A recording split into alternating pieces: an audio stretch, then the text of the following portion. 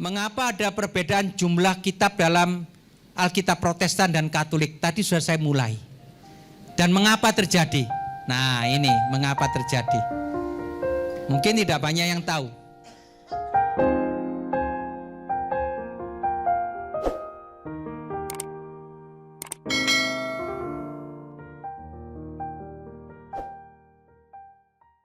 Kenapa kematian Kristus bisa mendamaikan kita dari dosa-dosa? Jelaskan mengapa demikian. Bagaimana menjelaskan kepada lain? Ada doa imam di Italia menjelaskan kepada lain dengan sederhana. Saya tidak mengerti ya. Gini, tidak semua perbuatan Allah bisa dimengerti otak manusia, tidak semua. Mengapa Tuhan mengampuni dosa kita dengan mengutus anaknya dan mati di salib? Apa Tuhan tidak punya cara lain? Itu kan maksudnya, kok sampai harus kematian Kristus? Kira-kira artinya itu pertanyaan ini. Sulit. Dari zaman dulu sampai sekarang manusia tidak bisa menerangkan mengapa Tuhan tidak pilih jalan lain saja. Kenapa anaknya harus menderita? Kenapa? Kok sadis Allah Bapa itu? Kan begitu cara pikir manusia. Saudara-saudari, saya sekali lagi menegaskan, tidak semua yang dilakukan Allah bisa kita pahami. Itu rahasia besar. Tapi saya mau tanya, kalau Tuhan merelakan anaknya menjadi manusia, meninggalkan sementara kemuliaannya, sementara loh ya, kemuliaannya ditinggalkan dengan menjadi manusia rendah seperti kita.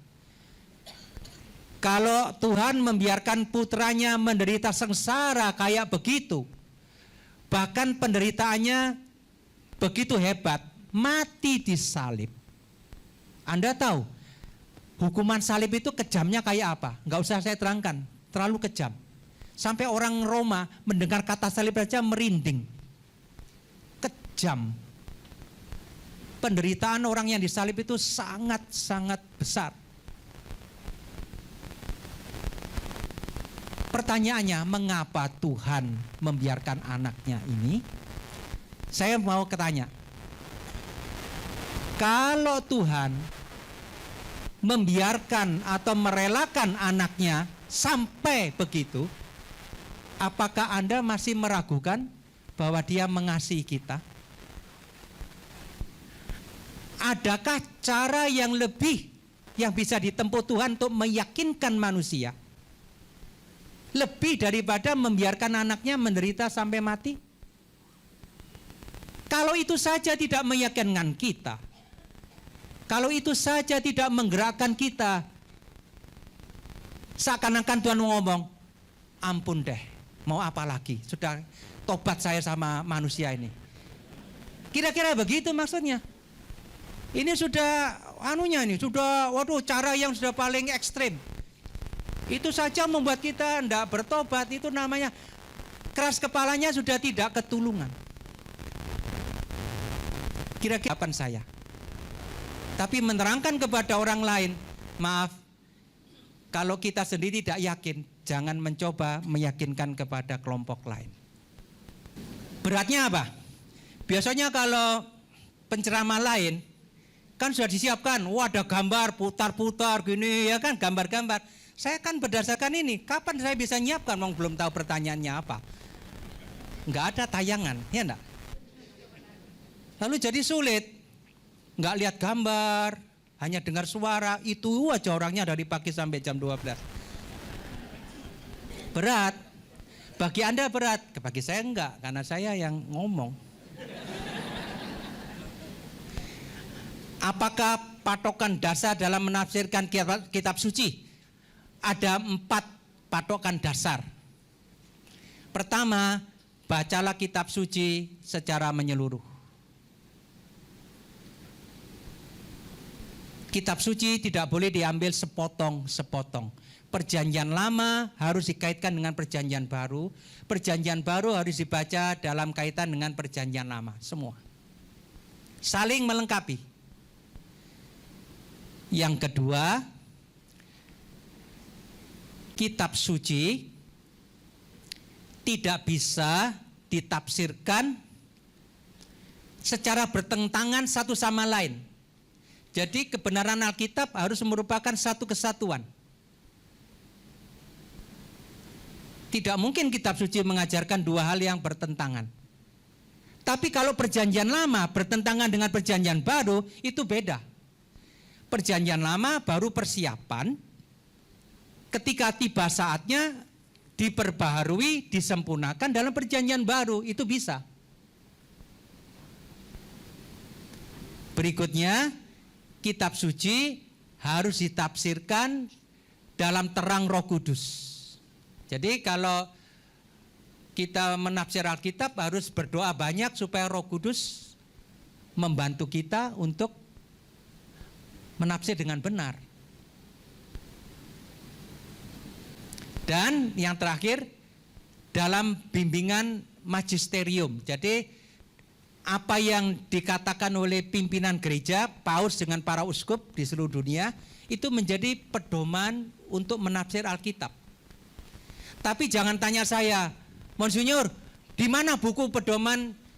Saya mau membaca kitab Kejadian, mana pedoman gereja untuk kitab Kejadian pasal 1 ayat 1? Enggak ada bukunya, enggak ada. Cuman kalau Anda menafsirkan suatu ayat dan Anda dianggap keliru, lalu ditegur oleh pastor, Pak atau Bu, itu bukan ajaran gereja, lalu ditunjukkan ajaran gereja itu begini, maka sebagai orang Katolik Anda diminta untuk taat. Misalnya apa? Anda mengatakan kata-kata Yesus, inilah tubuhku, ambil, makanlah. Itu simbol, itu bukan tubuh Kristus. Lalu gereja Katolik mengatakan tidak, gereja mengajarkan itu tubuh Kristus. Itulah yang diajarkan oleh paus dan para uskup dari zaman dulu sampai sekarang. Maka sebagai orang Katolik harus menerima kalau mau tetap Katolik. Nanti ada pertanyaan yang tertulis yang sudah masuk. Bagi orang Katolik ada tradisi dan kitab suci. Tadi sudah saya terangkan ya, tradisi firman Allah yang belum ditulis lalu dituliskan menjadi apa yang namanya kitab suci kan? Kitab suci dan tradisi. Tetapi kok ada yang mengatakan tambah magisterium.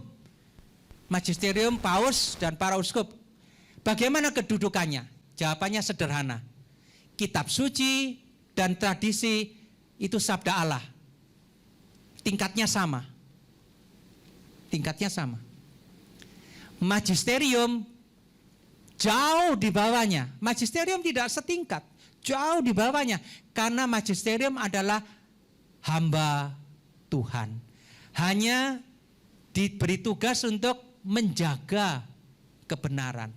Jadi jangan samakan magisterium bersama dengan kitab suci dan tradisi. Yang benar, patokan iman kita, kitab suci dan tradisi, tetapi untuk menafsirkan dengan benar, ternyata Yesus mempunyai wakil yang namanya Petrus dan para rasul. Maka magisterium ini hanya menuntun kita dalam memahami kitab suci dengan baik. Itu jawabannya. Bagaimana gereja disebut tubuh Kristus? Ya, baca saja 1 Korintus, di mana Kristus itu digambarkan seperti kepala dan kita adalah tubuh. Itu simbol saja. Tubuh itu kan kompleks sekali. Tubuh itu berhubungan satu sama lain. Sakit gigi yang merasakan seluruh tubuh. Jantung tidak berfungsi, seluruh badan mati. Kesatuan dari seluruh organ tubuh yang begitu rapi dan begitu sempurna paling cocok dipakai untuk menggambarkan kesatuan Yesus dengan gereja. Ada yang jadi kuku, ada yang jadi kepala, ada yang jadi telinga. Dalam gereja ada macam-macam orang dengan tugas yang berbeda-beda, tetapi Santo Paulus mengatakan semua bagian penting. Itulah umat Yesus Kristus. Semua orang penting. Koster penting. Pastor paroki penting. Ya. Suster penting. Semua penting. Karena semua adalah bagian dari gereja. Itu saja yang dimaksud. Mengapa sabda menjadi manusia? Artinya anak Allah adalah sabda. Anak Allah itu sang sabda menjadi manusia yang disebut Kristus. Itu aja maksudnya. Ini pertanyaannya diambil dari Injil Yohanes pasal 1 ayat 14. Dan firman telah menjadi manusia. Dia adalah Allah, tapi suatu saat dia menjadi manusia, yaitu Yesus Kristus. Dari emas, disepuh emas. Lain ya. Disepuh saja. Pemborosan, iyalah mau pakai kayu ya silahkan. Tapi saya mau tanya, cincin kawinnya pakai apa itu? Cincin kawinnya emas atau disepuh emas? Emas, bukan disepuh. Apa pemborosan itu? Untuk sesama manusia saja pakai cincin emas. Untuk Tuhan disepuh emas saja mau dianggap pemborosan. Bagi saya ya untuk Tuhan itu ya bukan pemborosan ya. Emas adalah logam untuk Tuhan. Dalam Alkitab emas itu dipakai untuk ibadah. Jadi dikitlah pemborosan tidak apa-apa untuk Tuhan. Apakah pengakuan dosa itu alkitabiah? Ya, sudah saya terangkan. Tadi saya sudah sempat mencari ayatnya supaya jelas ini.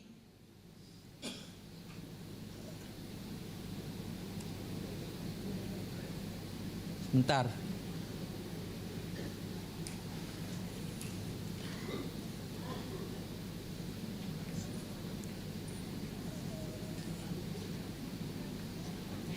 Dalam Injil Yohanes pasal 20 ayat 23 ada tulisan, jikalau kamu mengampuni dosa orang, dosanya diampuni. Ya itu dasar alkitabiahnya.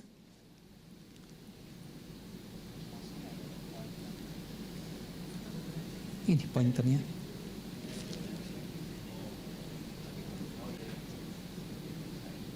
Ya, itu dasar alkitabiahnya. Sekarang saya jawab pertanyaannya sudah masuk. Nanti yang sudah mengirim marah. Yang didahulukan yang hadir di sini. Padahal saya sudah nulis ya. Oke. Gini. Mengapa ada perbedaan jumlah kitab dalam Alkitab Protestan dan Katolik? Tadi sudah saya mulai. Dan mengapa terjadi? Nah, ini mengapa terjadi. Mungkin tidak banyak yang tahu. Saudara-saudari yang terkasih, mungkin Anda tidak tahu, pada waktu Yesus hidup, orang Yahudi sendiri belum tahu berapa jumlah Alkitab mereka. Jadi kalau ditanya berapa jumlah Alkitab, tidak seorang pun tahu. Dan ternyata ada dua kelompok orang Yahudi yang berbahasa Ibrani, orang Yahudi yang tinggalnya di Palestina, pakai bahasa Aram dan tahu bahasa Ibrani. Kitab sucinya itu lebih pendek daripada orang-orang Yahudi yang tinggal di perantauan di Mesir, Alexandria, yang bahasanya bahasa Yunani. orang Yahudi yang berbahasa Yunani punya kitab suci yang jumlahnya lebih banyak. Nah, selisihnya itu yang disebut Deuterokanonika. Yang berbahasa Yunani disebut Septuaginta. Lebih panjang, lebih tebal. Pertanyaannya sekarang, mengapa ada dua kelompok? Ya karena belum ditentukan. Belum ditentukan berapa jumlahnya. Ketika agama Kristen muncul, orang Yahudi melawan orang Kristen. Nah, pada waktu itulah tahun 100 Masehi, jadi kira-kira 70 tahun setelah Yesus wafat, orang Yahudi berkumpul, sekelompok orang Yahudi berkumpul di kota kecil Yamnia, namanya kota Yamnia, lalu menentukan, mengambil keputusan kitab suci kita berjumlah sekian. Jadi 46 dikurangi 7. Dan itulah yang disebut protokanonik yang diterima oleh orang Protestan. Kitab sucinya orang Yahudi yang ditentukan di kota Yamnia itu tadi hanya berbahasa Ibrani. Sedangkan yang di luar yang berbahasa Yunani kelebihan 7 kan? Itu yang diterima oleh gereja Katolik dari zaman dulu sampai sekarang. Maka pertanyaannya, siapa yang mengurangi, siapa yang menambah? Ya enggak? Kalau orang Protestan mengatakan, "Hei, kamu orang Katolik, kamu bersalah karena kamu menambah jumlah Alkitab." Yang benar itu jumlahnya 39. Sebenarnya bisa dibalik. "Hai kamu orang Protestan, mengapa kamu mengurangi jumlah Alkitab?" Bisa dibolak-balik. Masalahnya itu kamu percaya atau tidak, masalahnya begitu. Tidak bisa yang satu menyalahkan yang lain, kamu menambah. Enggak bisa. Karena gereja Katolik mengambil yang bahasa Yunani, yaitu kitab sucinya orang Yahudi yang berbahasa Yunani. Dan memang ada yang namanya Deuterokanonika itu. Sedangkan orang Yahudi yang di Palestina tidak menerima. Nah, kebetulan orang Protestan memilih yang ini. Jadi sebenarnya itu persoalannya. Gampang kok, langsung yang dibalik. Bukan kami menambah, kamu yang mengurangi. Sekarang pertanyaannya, mana yang lebih benar? Ya, mana yang lebih benar? Apakah yang ada Deuterokanonik atau tidak?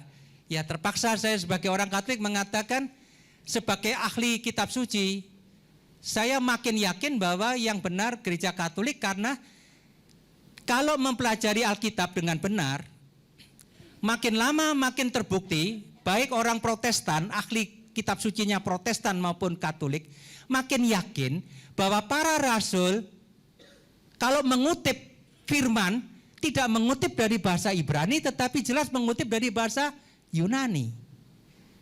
Kalau kalimatnya berbeda, yang diambil dari bahasa Yunani kelihatan. Kalimatnya berbeda, ayatnya sama, tapi rumusannya sedikit berbeda. Lebih dekat dengan yang bahasa Yunani daripada mengutip yang berbahasa Ibrani. Maka lebih masuk akal para rasul dulu memakainya kitab Deuterokanonik juga. Dan masih ada bukti-bukti lain yang menunjukkan bahwa Deuterokanonik itu dipakai sebagai Alkitab juga. Dalam buku saya berikan 2-3 bukti. Misalnya ketika dalam Injil Markus, Yesus mengatakan kepada pemuda yang ingin masuk hidup abadi itu ya, tanya-tanya, kan Yesus mengutip firman Allah. Ada satu ayat yang tidak ketemu di mana dikutip oleh Yesus. Kecuali dalam kitab kecuali ditemukan dalam kitab Deuterokanonika. Jangan mengurangi hak orang. Ya.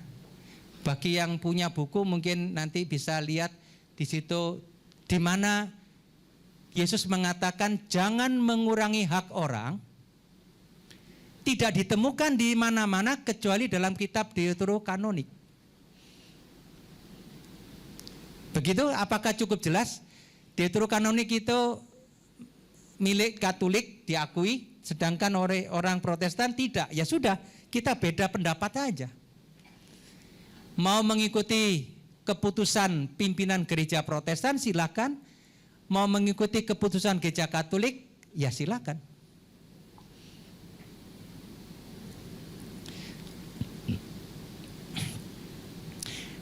Ya, kalau Yesus adalah Tuhan, adalah pernyataan di Alkitab yang menyatakan akulah Tuhan, sembahlah aku. Nggak ada kalau kalimat ini. Tapi sudah saya katakan tadi banyak ayat yang menyatakan Yesus itu Tuhan. Tambah satu aja. Ketika Santo Thomas ketemu Yesus yang bangkit, suruh memasukkan jarinya ke dalam lambung, dia mengatakan apa? Ya Tuhanku dan Allahku. Kita tahu Yesus itu Tuhan karena para rasul mengajar kita bahwa Yesus itu Tuhan. Makanya iman kita disebut rasuli. Syahadat para rasul. Itu jawabannya.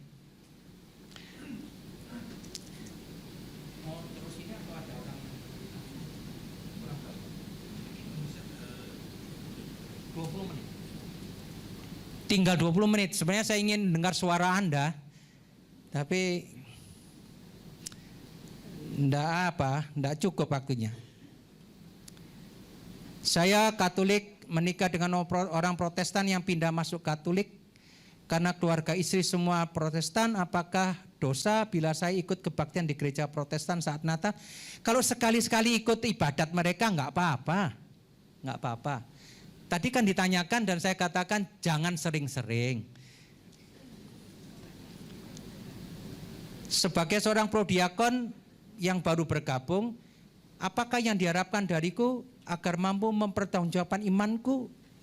Belajar terus, saya juga belajar terus.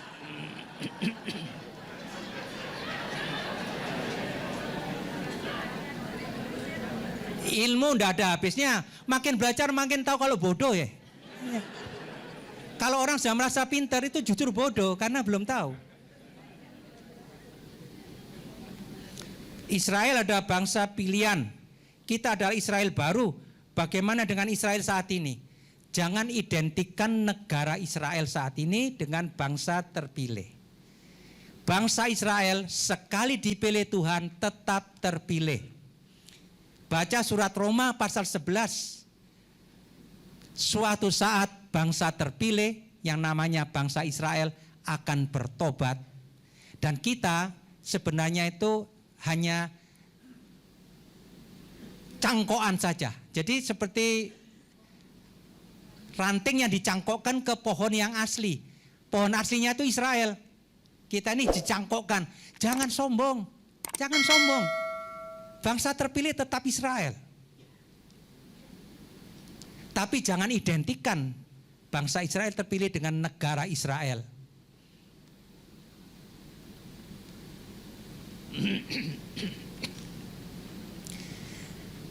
Apakah wajib komuni seminggu sekali? Sebisanya, kalau tidak ada halangan. Kalau ada halangan, sangat besar halangannya tidak bisa ke gereja, ya sudah. Tapi kalau tidak ada halangan, hukumnya wajib ke gereja. Tapi menyambut komuni tidak ada kewajiban, hanya sebaiknya. Menerima komuni itu minimal setahun sekali, karena itu mengaku dosanya setahun sekali, persiapan untuk terima komuni. Kan hukumnya gitu.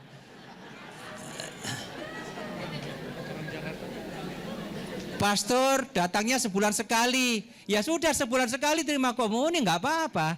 Kan bukan salah Anda kalau enggak ada misa. Apakah bisa terjadi seorang Katolik yang hidup agamanya saleh bisa kemasukan roh jahat? Wah, kayaknya enggak lah. Kalau memang saleh betul. Cuma sayangnya, celakanya banyak orang yang kelihatannya saleh tetapi sebenarnya tidak saleh.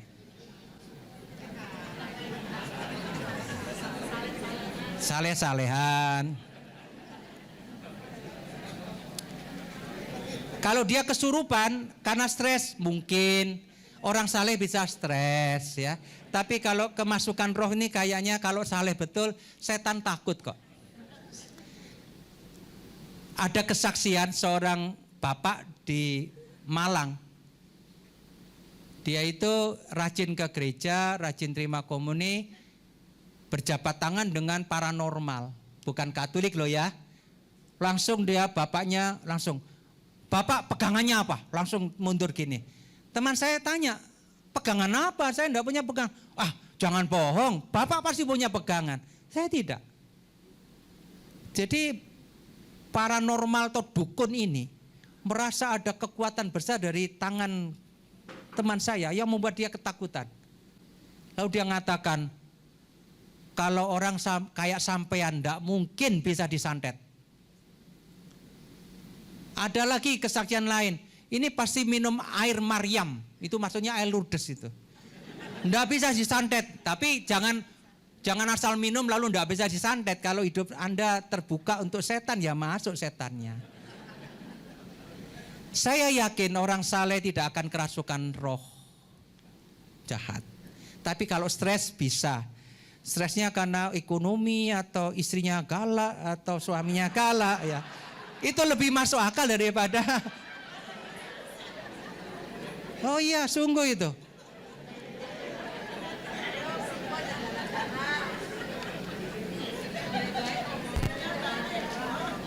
Iya, mestinya baik-baik ya.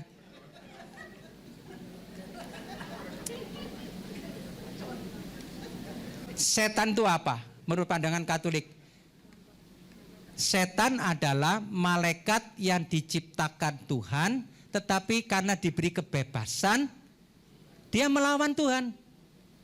Seperti Adam diciptakan sebagai makhluk yang baik, tapi melawan Tuhan karena sombong.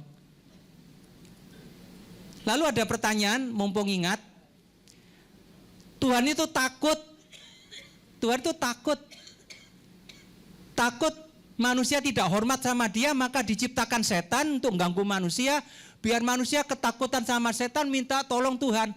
Aduh, Tuhan tuh enggak begitulah. Tuhan enggak begitu. Tuhan tidak bermaksud mencelakakan manusia. Kalau hanya ingin supaya manusia taat kepada dia, caranya enggak serendah itu. Ya. Pertanyaan yang sama, mengapa manusia diciptakan lebih tinggi dari hewan dan tumbuh-tumbuhan? Kenapa? Kok Tuhan itu tidak adil? Dalam Alkitab, kalau Tuhan mau satu lebih dari yang lain, itu urusan Tuhan. Tapi tidak ada seorang pun yang bisa mengatakan saya kekurangan cinta Tuhan. Sama dengan tadi pertanyaan, kenapa Israel dipilih? Kayak tersinggung, sebagai orang Asia tersinggung. Enggak lah. Tuhan memilih Israel sebagai sarana untuk menyalurkan cintanya kepada kita. Kita kebanyakan cinta, enggak bisa menerima cinta Tuhan. Gitu saja masih marah-marah. Ini kayak anak kecil loh ya. Lihat kakaknya diberi 2 mangkok, dia diberi 1 mangkok saja muntah. Gitu iri hati pada kakaknya. Lawang yang diberikan pada dia saja loh, dia enggak bisa habis. Kok ya iri hati pada orang lain. Itu kayak begitu kira-kira. Jadi kalau Tuhan mencintai manusia lebih dari binatang dan hewan, itu urusan Tuhan. Jangan tanya saya. Bukan urusan saya. Jadi ini di luar tujuan dari seminar ya. Sorry nggak bisa jawab.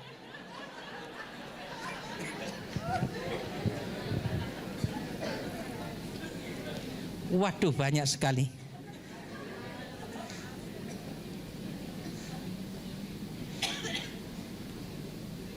LBGT sering merasa tersisih karena dalam kitab suci tidak ada pernyataan tentang itu, maka membuat banyak yang tidak mengimani kebenaran kitab suci. Gini ya, gereja tidak menyingkirkan orang-orang yang begitu-begitu itu, lesbian, homoseks dan lain-lain, itu tidak menyingkirkan, cuma menyatakan bahwa itu sesuai dengan Alkitab juga tidak bisa, gitu loh. Maka kelompok ini menjauhkan diri dari gereja. Sayang, gereja ingin menerima mereka, tapi Paus Benediktus begitu sedikit menerima mereka langsung diserang, gitu. Serba salah, ya. Tapi kalau di sini ada yang begitu, percayalah, gereja tidak menyingkirkan Anda. Dan dalam kitab suci ada hal-hal yang bisa dipakai sebagai alasan bahwa homoseks misalnya, itu tidak dikehendaki Allah. Dalam surat Roma misalnya, termasuk dalam daftar dosa, laki-laki jatuh birahi dengan lelaki, perempuan dengan perempuan, kan berarti kan tidak direstui. Santo Paulus memberikan itu sebagai contoh dosa. Masa gereja lalu mengatakan, oh nggak apa-apa gitu. Tapi kalau orang sampai ke situ, ya bukannya lalu dibuang. Memang masalah ini nggak gampang ya. Saya juga pusing kalau menghadapi ini.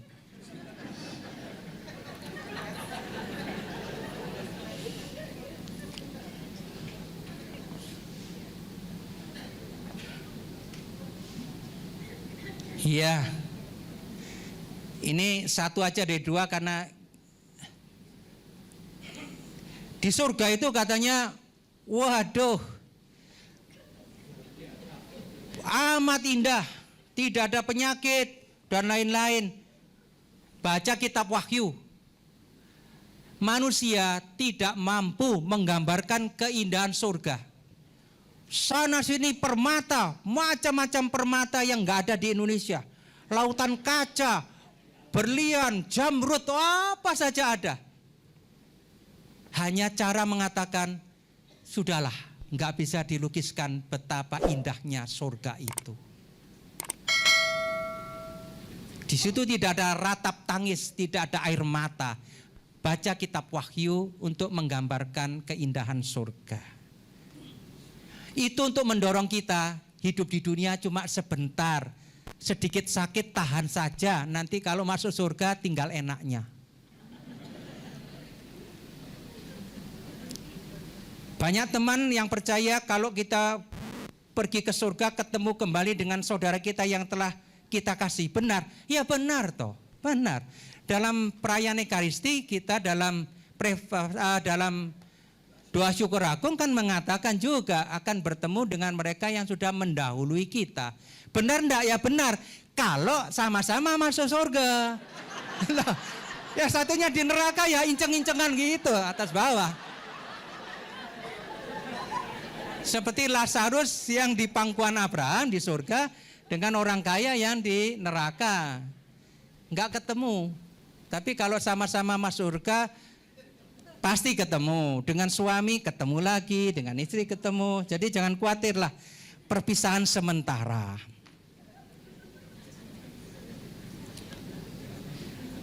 Bagaimana orang yang sudah mendengar tentang Yesus tetap tidak percaya? Apakah selamat? Ya ini misteri.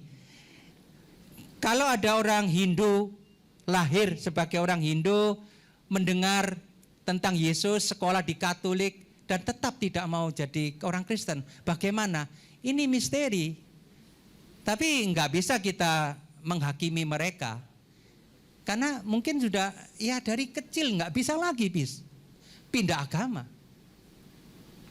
Saya tidak bisa memastikan apakah selamat atau tidak. Tapi tadi sudah saya katakan, gereja mengatakan orang yang tidak percaya kepada Yesus dan tidak dibaptis masih bisa selamat asal, ini ada titik-titiknya itu isinya harus diketahui. Asal dia dengan hati nurani jujur memang mencari Allah benar-benar, hidup baik sesuai dengan imannya dan sebagainya. Mengapa memilih Katolik dan bukan Kristen? Ya itu pilihan Anda, jangan tanya saya. Kalau Anda yakin bahwa gereja Katolik lebih baik ya pilih saja. Jika terlambat misa apa masih boleh terima komuni. Terlambatnya berapa lama? Nah, masih Tuhan kasihanilah kami terlambat 5 menit, terima saja. Tapi ada yang tergesa-gesa masuk sudah komuni, mau maju lagi. Sudah maju nerombol lagi ke yang lain. Tidak ada persiapan. Kalau saya lebih baik tidak. Ya.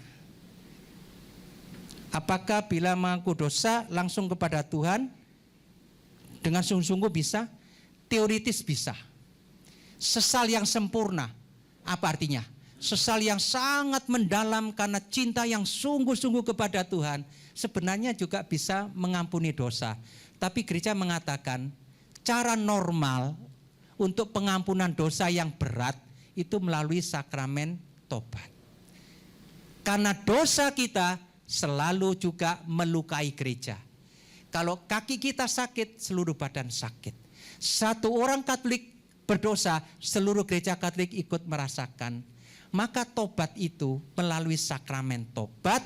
Karena dengan melalui sakramen tobat, kita tidak hanya ingin berdamai dengan Tuhan, tetapi juga dengan gereja. Cara normal yang diminta gereja sampai sekarang untuk dosa berat itu melalui sakramen tobat. Kalau hanya mencubit anak itu enggak apa-apa ya. Ini tinggal ini Pak. Waktunya tinggal 2-3 menit. Wah enggak bisa ini. 4 menit enggak habis ya. Bukan salah saya ya. Setelah Yesus mentahirkan orang kusta, Yesus minta mereka mendatangi para imam. Ya lapor. Karena yang menyatakan dia kusta itu imam. Kalau sembuh yang menyatakan sembuh juga imam. Gampang.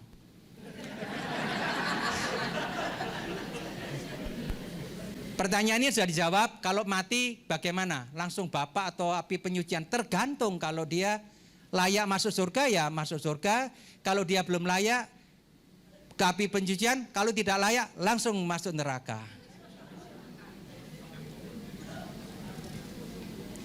Apakah rosario New Age yang dikatakan orang salibnya mengandung lambang setan? Ini aneh-aneh, nggak usah dijawab. Banyak orang aneh di dunia ya.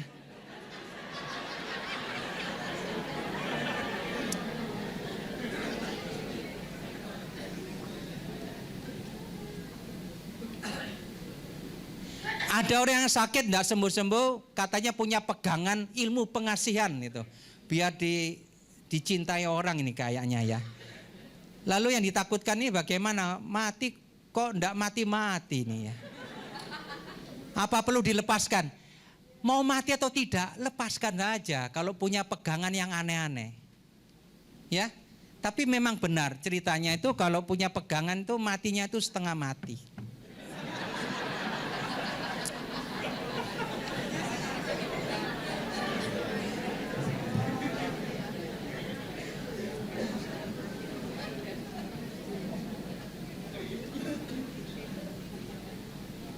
Ini agak sulit, terlalu panjang dan saya tidak mengerti. Apakah barongsai boleh masuk ke dalam misa mengiringi persembahan? Jangan, kalau mengiringi persembahan jangan. Tapi kalau hanya sebagai seni budaya untuk atraksi oke lah. Tapi ada orang yang mengatakan tidak boleh karena itu ada rohnya. Aduh, agak sulit kalau sudah sampai percaya bahwa pemain barongsai itu ada roh-rohnya itu ya. Tapi kalau saya menganggap itu hanya seni saja. Tapi kalau itu masuk ke persembahan jangan. Lebih baik jangan. Gereja Katolik menganggap baptisan bayi tidak sesuai dengan iman Kristiani karena baptisan itu mensyaratkan adanya pertobatan. Oh, gereja non Katolik, ya memang benar. Tapi sudah saya jawab tadi. Kalau hanya mengandalkan semua dengan syarat, berarti kita tidak bisa mendidik apapun kepada anak. Ya enggak? Dan tidak ada dalam Alkitab bahwa baptisan itu syaratnya harus ya bertobat dan harus mengiyakan. Karena dalam Alkitab dikatakan dia dibaptis dengan seluruh keluarganya. Berkali-kali dia dibaptis dengan seluruh keluarganya. Kalau ada bayi di dalam keluarganya apa tidak dibaptis juga? Baca Kisah Para Rasul. Apakah indulgensi memang bisa menghapus, mengurangi dosa? Salah, sekali lagi, dosa tidak dihapuskan. Yang dihapuskan itu dengan indulgensi itu adalah hukuman yang harus ditanggung setelah dosanya diampuni. Misalnya orang berdosa membunuh. Sebenarnya kalau dipikir-pikir indulgensinya hukumannya berat gitu ya. Dosa berat kan? Hukumannya banyak, tetapi dengan doa-doa, dengan puasa, dengan bantuan doa orang lain, hukumannya bisa diperpendek. Itulah namanya indulgensi. Dosanya sendiri tidak bisa dikurangi. Ya. Tadi sama dengan surat menjual surat aflat itu surat penghapusan dosa. Bukan penghapusan dosa. Rumah tusuk sate, feng shui, hong shui sudahlah ranjang kalau ranjang di bawah air itu lain. Saya punya pengalaman, teman saya tuh pusing terus. Lalu apa yang terjadi? Ternyata di bawah ada arus air. Ya gampang diberi karet gitu, perlak. Sembuh. Ini bukan hong shui ini. Biasa. Doa yang tepat saat konsekrasi. Oh, yang dimaksud ketika mengangkat hosti. Kalau saya, ya Tuhanku dan Allahku. Gitu ya. Yang dua ini agak sulit. Karena ini terlalu teologis ya. Yang bertanya ini pasti banyak belajar. Misalnya dalam relasi dengan ortodoks, apakah inti permasalahan filioque dalam syahadat Nicea Konstantinopel? Kan ribut ya, tinggi sekali ya. Filioque bahasa Latin artinya dan anak. Perdebatan zaman dulu antara gereja Roma dengan gereja Ortodoks. Apakah Roh Kudus itu keluar dari Bapa saja atau keluar dari Bapa dan Putra? Nah, Gereja Roma Katolik mengatakan Roh Kudus itu keluar dari Bapa dan Putra. Tapi ini terlalu tinggi lah untuk kita, ya enggak usah. Apalagi waktunya sudah habis gitu.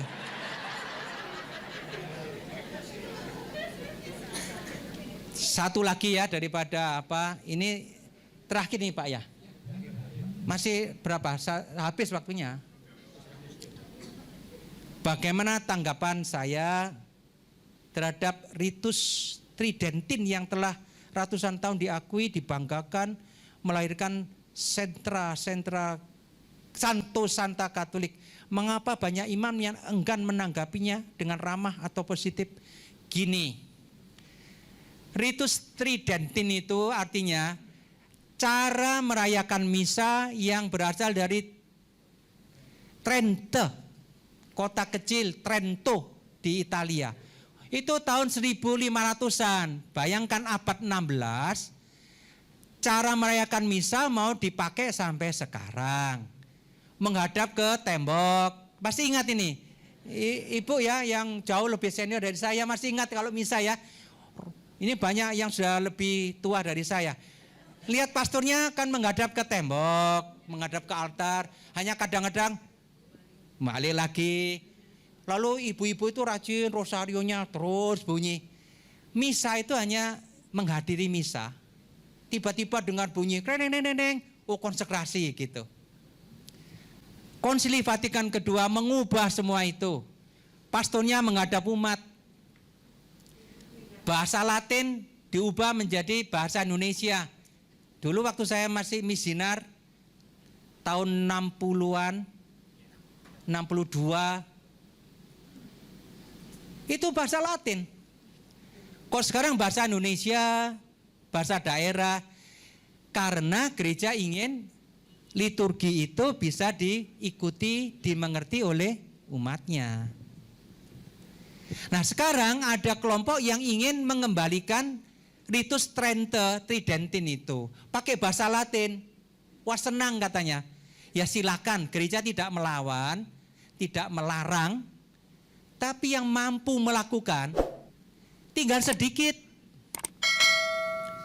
Bahasa Latinnya pastor-pastor muda, aduh, membacanya pun salah-salah. Bacanya salah-salah, ngertinya bagaimana? Saya ketika tahun 1990-an, 98 kira-kira, menghancurkan satu dus buku baptis, surat baptis. Pastor membuat surat baptis tidak ngerti bahasa Latin, banyak kesalahan. Lalu saya jadi pastor, saya malu. Pastor Pidiarto katanya doktor, bahasa Latinnya kok kacau begini. Saya hancurkan. Nah kalau orang tidak mampu bahasa Latin, pastornya saja tidak mampu. Lah apalagi umatnya. Jadi kalau ada pastor yang tidak terlalu berminat, ya jangan salahkan mereka. Bagi yang berminat, gereja tidak melarang karena di Bandung minimal ada misa-misa seperti itu. Itu aja. Ini hanya soal cara kok. Sama sahnya. Yang tua-tua senang lagu Gregorian, Kyrie, Gloria, ya kadang-kadang dinyanyikan boleh, nggak ada halangan. Puji Tuhan sudah selesai. Saya tidak ada lihat yang pingsan, tidak ada yang sampai tersungkur karena ngantuk.